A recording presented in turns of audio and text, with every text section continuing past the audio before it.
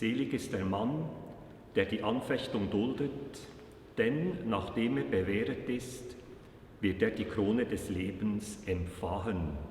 So die etwas barocken Worte der Kantate 57, die Johann Sebastian Bach für die Weihnachtszeit vorgesehen hat. Doch die Kantate mutet uns so gar nicht weihnachtlich an. Wir hören in der Kantate Worte wie Leiden, Wut, Grausamkeit, Tränenflut, Tod, Feinde, Grimm, Gruft und Grab, Schlagen, Verklagen, Weinen. Was soll das?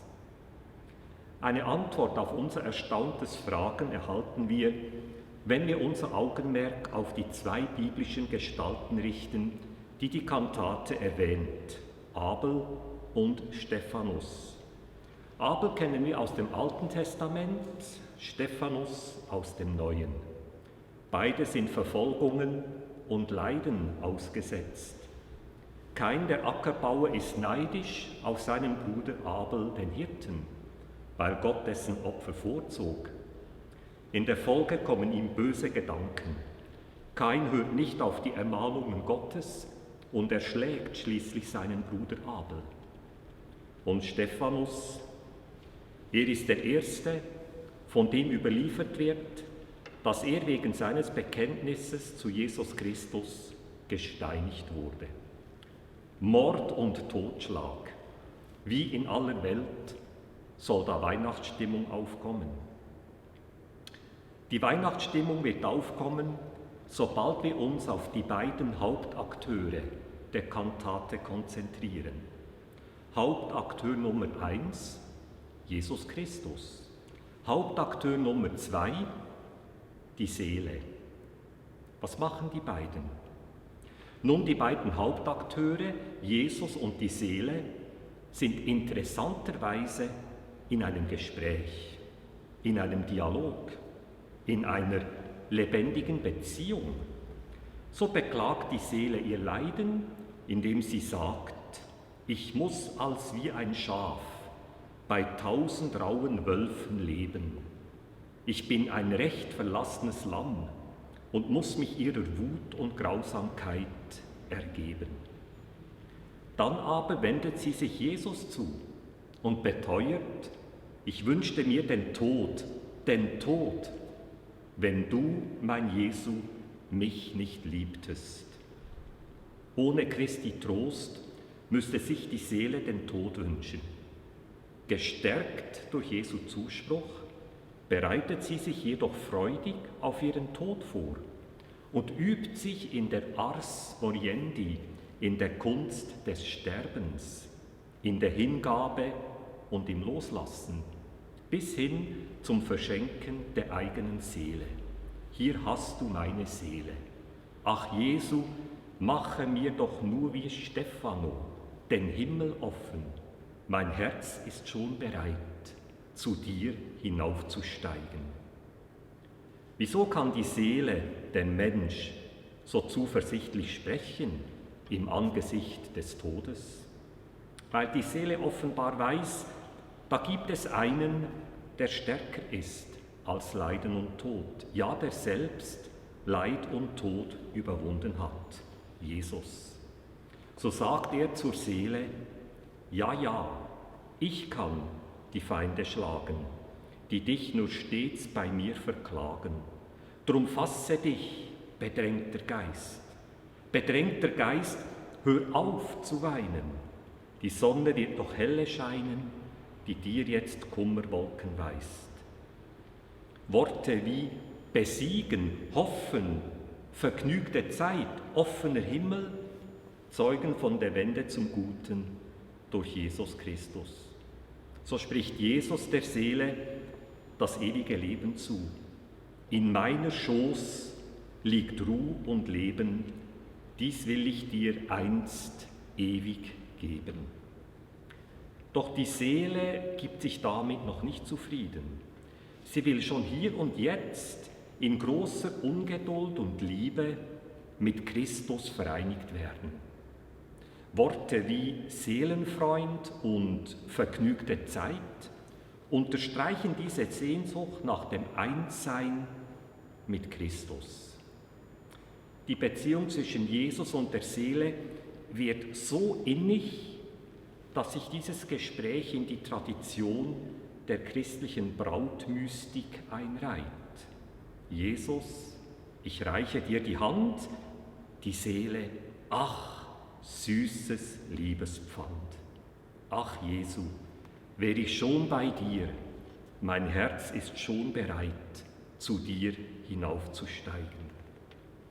Wer will da noch sagen, hier fehle es an Romantik und Weihnachtsstimmung, sich mit Christus, der auf die Erde herabkommt, zu vereinigen, damit unsere Seele dereinst zu ihm hinaufsteigt. Die Sprache der Kantate, die für heutiges Empfinden leicht kitschig wirken mag, spiegelt dennoch die Realität einer Welt voller Leid und Freud wider. Nicht von ungefähr jauchzt der Himmel an Weihnachten und einen Tag später, am Stephanstag, wird bereits der erste christliche Märtyrer beklagt. Das zeigt doch, wie nahe Freud und Leid beieinander sind und wie wertvoll es ist, wenn die gemarterte Seele, der leidende Mensch, die von Krebs oder Corona betroffene Person Christi Stimme zu hören vermag. Eine Stimme, die sagt, richte dich, Liebste, nach meinem Gefallen und gläube, dass ich dein Seelenfreund immer und ewig verbleibe, der dich ergötzt und in den Himmel versetzt aus dem gemarterten Leibe. In diesem Sinne Ihnen allen gesegnete Weihnachten. Amen.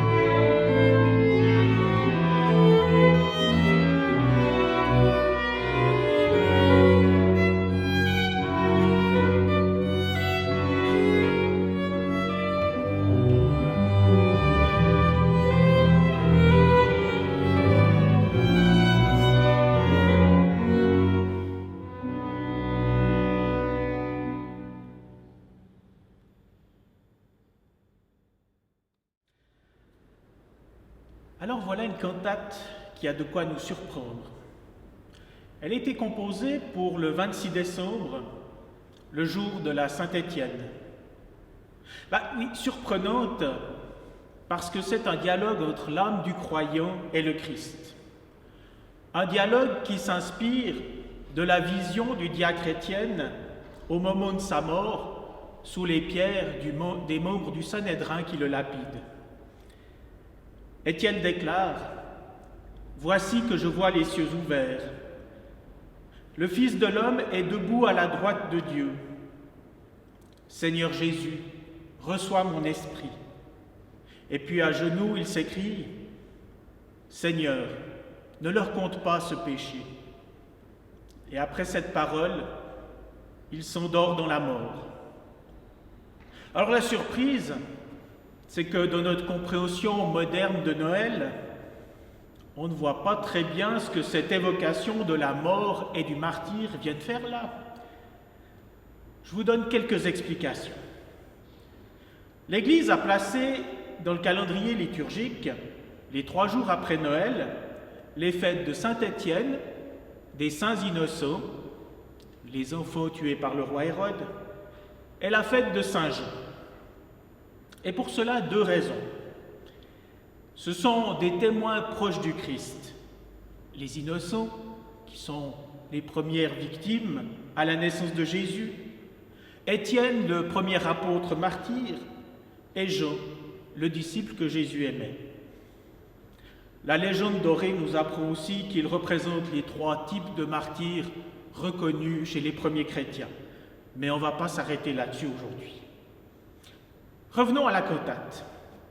C'est un dialogue entre le croyant, la soprano, et le Christ, la basse. Le croyant est désespéré par les souffrances qu'il endure dans le monde, et il aspire à rejoindre le Christ dans la paix éternelle. Or, le Christ ne le démonte pas, comme le dit sa première prise de parole dans la cantate. « Bienheureux l'homme qui endure la tentation, car après avoir subi l'épreuve, il recevra la couronne de vie. » C'est une citation de l'épître de Jacques. Le Christ va donc consoler le croyant en lui promettant la paix éternelle, mais aussi en lui promettant une amélioration de sa vie ici et maintenant. On entend le Christ dire « Oui, je peux battre les ennemis qui sans cesse t'accusent contre moi. Reprends donc courage, esprit oppressé. Cesse de pleurer. Le soleil brillera encore clairement, lui qui te fait voir maintenant des nuages de chagrin. » Comme on l'a vu, Étienne revit dans sa chair les souffrances et la mort du Christ, au point de dire presque les mêmes mots que Jésus sur la croix. Il remet son esprit entre les mains du Christ et il demande qu'il pardonne à ses meurtriers. Un pardon qui aura sans doute un effet sur l'un des personnages présents, un certain Saul de Tarse. Et me semble-t-il, les mots-clés de ce passage, les mots-clés de la cantate, et les mots-clés de cette proposition pour le temps de Noël, ce sont les suivants. Je vois les cieux ouverts. Ah, si le ciel se déchirait. Ça, c'est ce qu'on chante pendant le temps de l'Avent. C'est une supplication du prophète Ésaïe. Ah, si le ciel se déchirait. Mais les cieux se sont ouverts. Les cieux se sont ouverts le soir de Noël.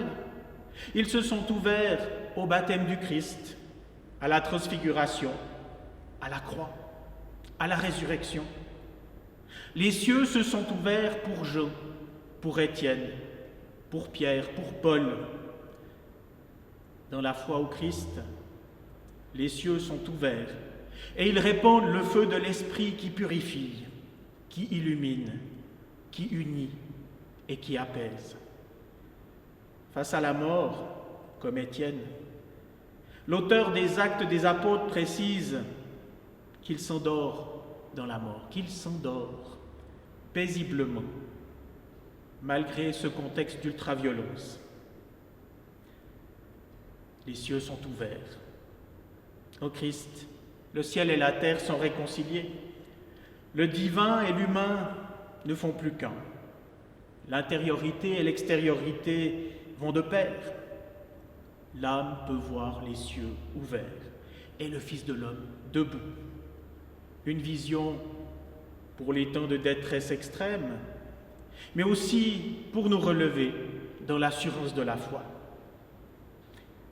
Alors, chers frères et sœurs en Christ, que votre Noël soit joyeux, de cette joie qui naît de l'union avec l'Esprit de Dieu, une joie calme et profonde, comme une lueur dans la nuit. Amen.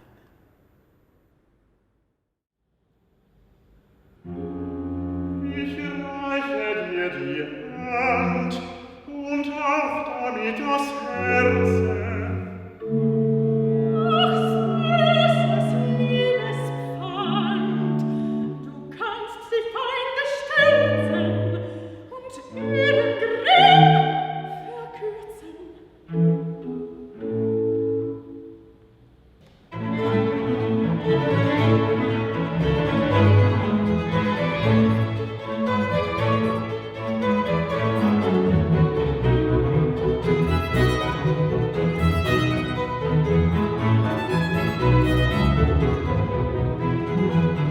Ja, ich kann die Beine schlagen.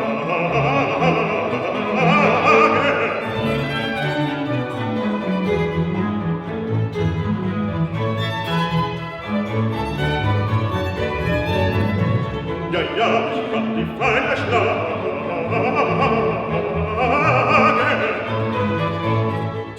Die dich nur stets bei mir verklagen, die dich nur stets bei mir verklagen.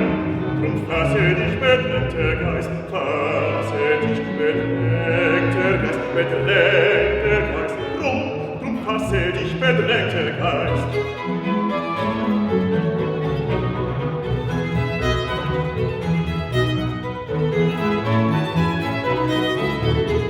Ja, ich kann die Flamme schlagen,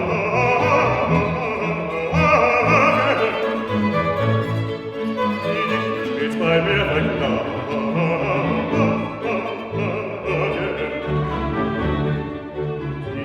Stets bei mir verklagen, die dich nur stets bei mir verklagen. Drum fasse dich, bedrängter Geist, fasse dich, bedrängter Geist, bedrängter Geist. Drum fasse dich, bedrängter Geist.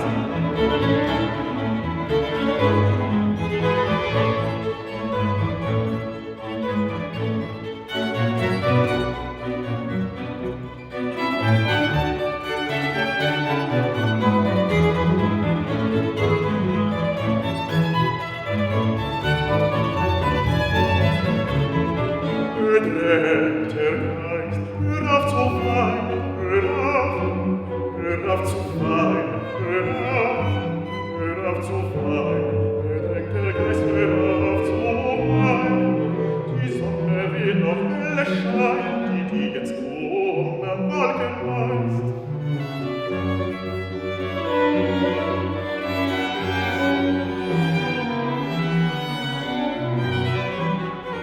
Bedrängter Geist, hör auf zu weinen, bedrängter Geist, hör auf zu weinen.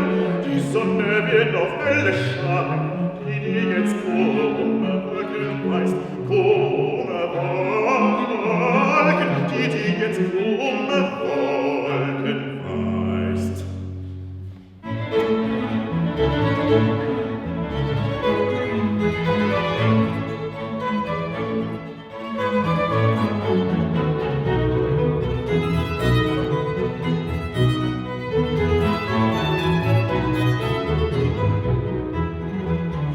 Ja, ich kann die Beine schlagen.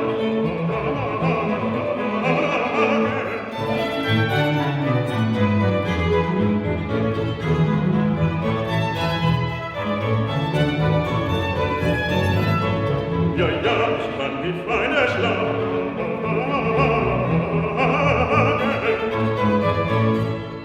Die dich nur stets bei mir verklagen, die dich nur stets bei mir verklagen. Fasse dich, bedrängter Geist, fasse dich, bedrängter bedrängte Geist, drum fasse dich, bedrängte Geist.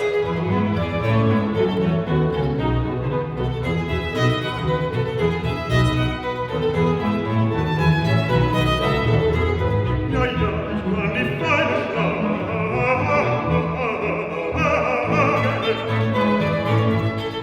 die dich stets bei mir verklagt.